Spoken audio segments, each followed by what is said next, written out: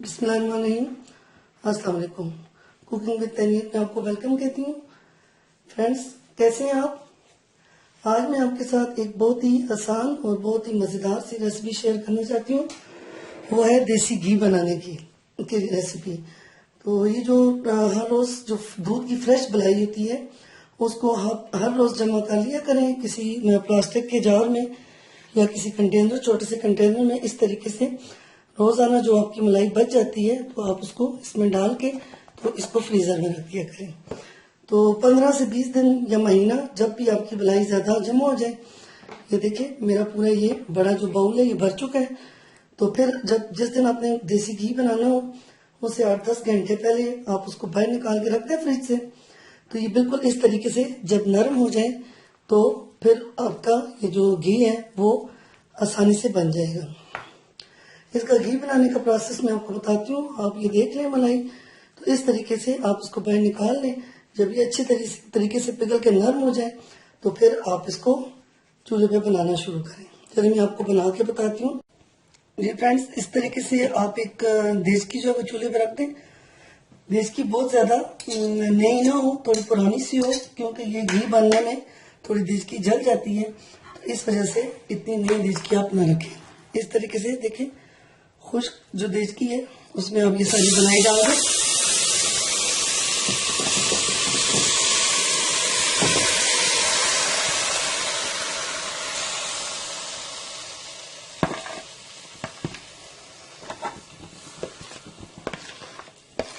इस तरीके से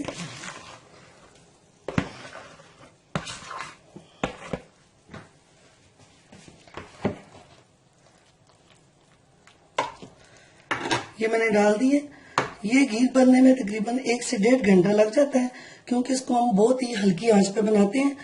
अगर आंच हम तेज कर दें तो फिर इसके जलने का खतरा होता है। तो इस तरह आप इसको मलाई को डाल के हल्की आंच पे रख दें। और जो आटा होता है, गंदम का जो आटा है, वो तकरीबन 1 हाथ, इतना जितना हाथ में आपके आ सकता है, ये इसके ऊपर इस तरीके से डाल दें और फिर इसको मिक्स कर लें। इसको हम उस वक्त तक पकाएंगे जब इसका मलाई का सारा जो दूध इसके अंदर है वो और इसका जो पानी सब बिल्कुल खुश्क हो जाएगा और ये फिर घी छोड़ना शुरू कर देगा।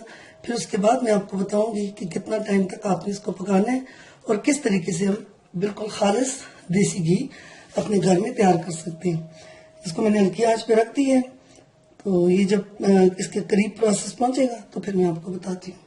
ये देखिए फ्रेंड्स, इसको पकते हुए आधा घंटा हो चुका है।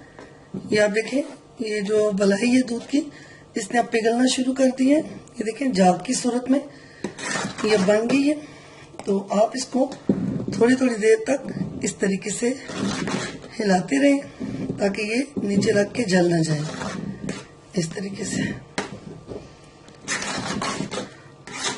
थोड़ी थोड़ी देर के बाद आप इसमें चम्मच चलाती रहें। ये इस तरीके से हल्की आंच पे इसको आप छोड़ दें। ये अभी मजीद आधा घंटा लेगी। जब ये बिल्कुल इसकी झाग खत्म हो जाएगी और ये घी बनना शुरू हो जाएगा तो फिर मैं आपको बताती हूँ कि किस वक्त ये बिल्कुल तैयार हो जाएगा। जी, इसको पकते हुए मजीद 10 मिनट गुजर चुके हैं। अब आप देख लें, इसकी झाग बिल्कुल खत्म हो चुकी है और ये देखें किनारों से इसने घी छोड़ना शुरू कर दिया है। ये अब आपको मैं दिखा सकती हूँ। ये देखें, ये आपको इसकी सतह पे जो घी है वो आपको नजर आ रहा होगा। ये देखें, ये सब किनारों से इसने अब घी छोड़ना शुरू कर दिया। तो मजीद अब 15 से 20 मिनट, आधा घंटा भी लग सकता है, लेकिन हमने इसको आंच जो है वो हल्की रखनी है।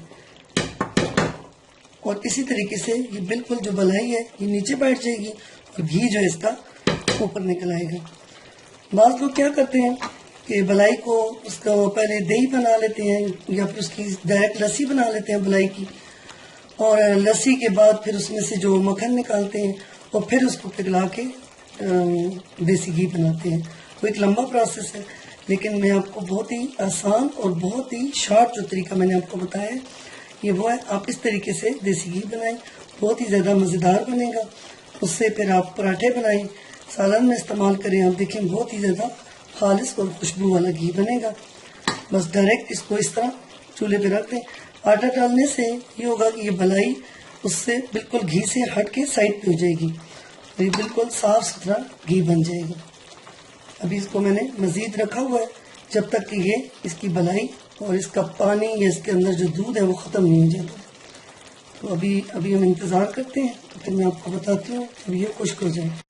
जी फ्रेंड्स, इसको चूल्हे पे तकरीबन 1 घंटा हो चुका है।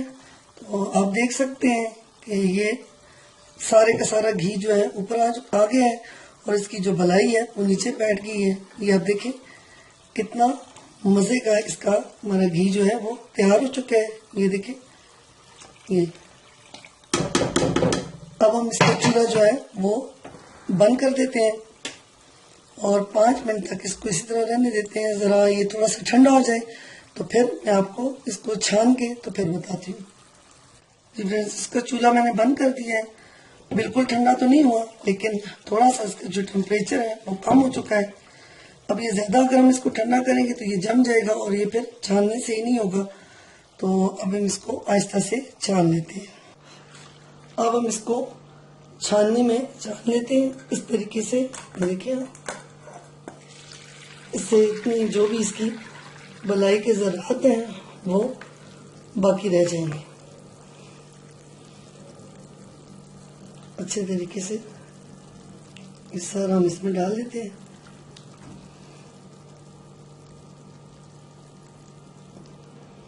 थोड़ी देर के लिए इसको इस तरह छोड़ देते हैं। फ्रेंड्स, ये देखें हमने इसको अच्छी तरह छान लिया है और हम इसको एक दफ़ा और छानेंगे, जो इसमें बारीक से जो ज़रात रह गए हैं वो भी ख़त्म हो जाए। ये देखिए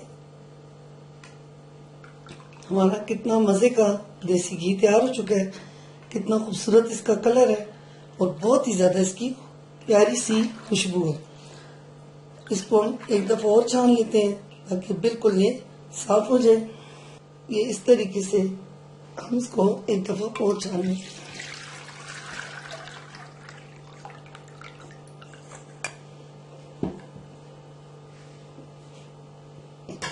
जी फ्रेंड्स, अब आप देख सकते हैं कि हमारा देसी घी बिल्कुल तैयार हो चुका है।